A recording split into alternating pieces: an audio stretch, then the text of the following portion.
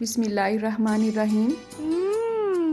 Tasty. जी हाँ, आज हम बनाएंगे बहुत ही टेस्टी कीमा मटर और इसे हम बिल्कुल शादियों वाले स्टाइल में बनाएंगे, यानी कि आपको इसमें काफ़ी सारी ग्रेवी भी मिलेगी। तो चलें आज की इस रेसिपी का आगाज़ इस दुआ के साथ करते हैं कि अल्लाह आप सबका दस्तरखान सजाए रखे और हम सबको सेहत और ईमान का रिज़्क अता फरमाए।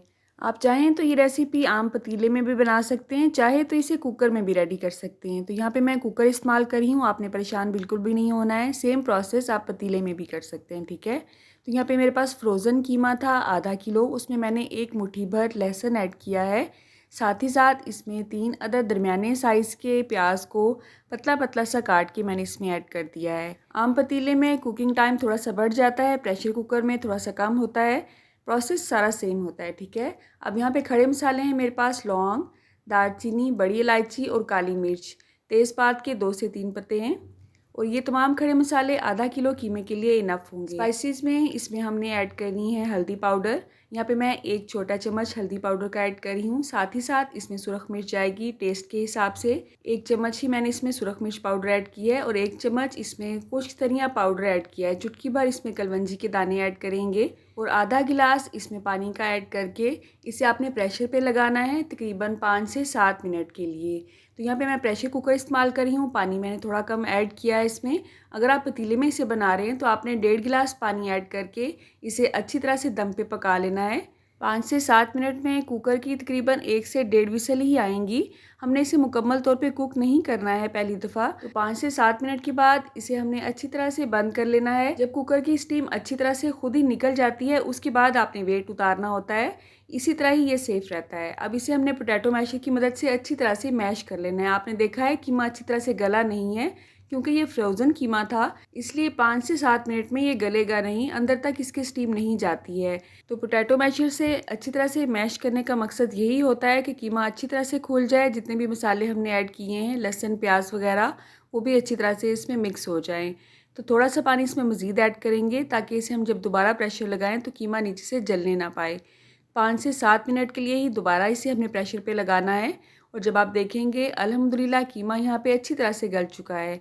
अब आपने जो नेक्स्ट स्टेप है या तो आप इसे कढ़ाई में शिफ्ट कर लें या यही तमाम प्रोसेस आप कुकर में भी कर सकते हैं। मैं इसे कढ़ाई में इसलिए शिफ्ट कर रही हूँ ताकि आपको दिखाने में आसानी रहे और जब भी आप कीमा या कोई भी चीज़ भूनते हैं अगर वो कढ़ाई में होती है तो बहुत आसानी हो जाती है उसे भूनने में, राइट। अब चूल्हे की आंच को हमने तेज़ कर लेना है। आपने देखा होगा अभी तक हमने ना तो इसमें कोई घी ऐड किया है और ना ही इसमें नमक ऐड किया है। नमक हमने इसलिए ऐड नहीं किया है ताकि कीमा गलने में आसानी हो। अच्छा, ये क्योंकि हाथ से बना हुआ कीमा है इसलिए थोड़ा सा मोटा है।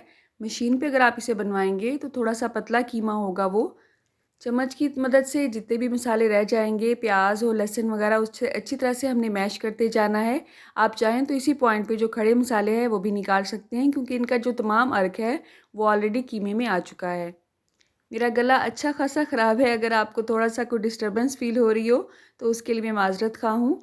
तो जब पानी खुश्क हो जाएगा तो हमने इसमें कुकिंग ऑयल या घी कुछ भी आप ऐड कर सकते हैं अपनी मर्ज़ी के हिसाब से। मैंने यहाँ पे कुकिंग ऑयल ऐड किया है, अगर आप चाहें तो इसे सरसों के तेल में भी भून सकते हैं, उससे भी बहुत अच्छा टेस्ट आता है कीमे का।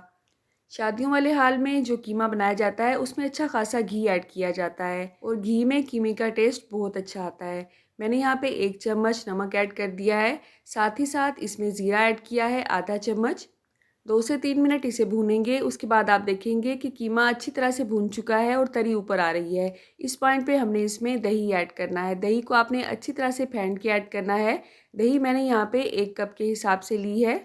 आप चाहें तो दही स्किप करके इसमें टमाटर या टमाटर की प्यूरी भी ऐड कर सकते हैं। मेरे पास क्योंकि टमाटर अवेलेबल नहीं थे इसलिए मैंने इसमें दही ऐड किया है, ठीक है। इसका फ़ायदा ये होता है कि अगर हल्की फुल्की कोई स्मेल रह भी गई है कीमे में तो वो अच्छी तरह से निकल जाती है दही डालने से।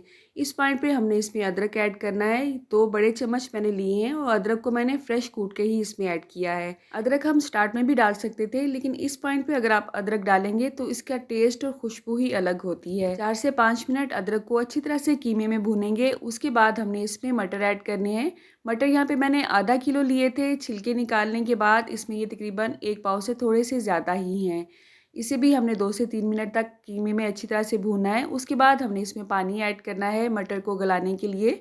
अगर आप कुकर में ये प्रोसेस करना चाहते हैं तो पानी ऐड करने के बाद आपने जस्ट 2 से 3 मिनट के लिए ही इसे बंद करना है प्रेशर कुकर में, और मटर इंशाल्लाह बहुत जल्दी गल जाएंगे आपके। लेकिन अगर आप इस तरह से पतीले में या कढ़ाई में इसे बना रहे हैं तो आपने इसे तब तक पकाना है जब तक मटर अच्छी तरह से गल नहीं जाते हैं। इस दौरान अगर आपको ज़रूरत पड़े तो आप इसमें मज़ीद पानी भी ऐड कर सकते हैं।